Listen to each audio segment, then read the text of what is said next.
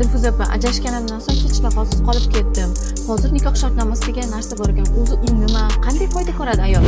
Nikoh shartnomasi mol-mulk masalalari va mas'uliyatni belgilab beradigan hujjat aslida. Bilasizmi, bir necha davlatlarda nikoh shartnomasi ila nikoh tuzishmoqda. Endi biz O'zbekistonda hozir o'zingiz bilasiz, nikoh shartnomasi desangiz ba'zi bir oilalar noto'g'ri tushunishadi. Ya'niki go'yo kelin xonadonga kirib kelmasdanoq, demak o'sha bo'lajak turmush o'rtog'ini mol-mulkni hisoblashni boshladi degan tushuncha bo'ladi. Aslida bu ikki tarafning huquqlarini himoya qiladi.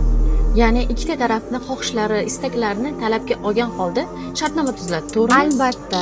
Bilasizmi, agar mana shu nikoh shartnomasi bo'lganida sudma-sud yugurishlar va er-xotin o'rtasidagi nizolar osongina yechim topgan bo'lar edi. Menimcha ikki taraflama manfaat ko'radi, ham uchinchi shaxslarga nomiga qilishga hojat qolmas.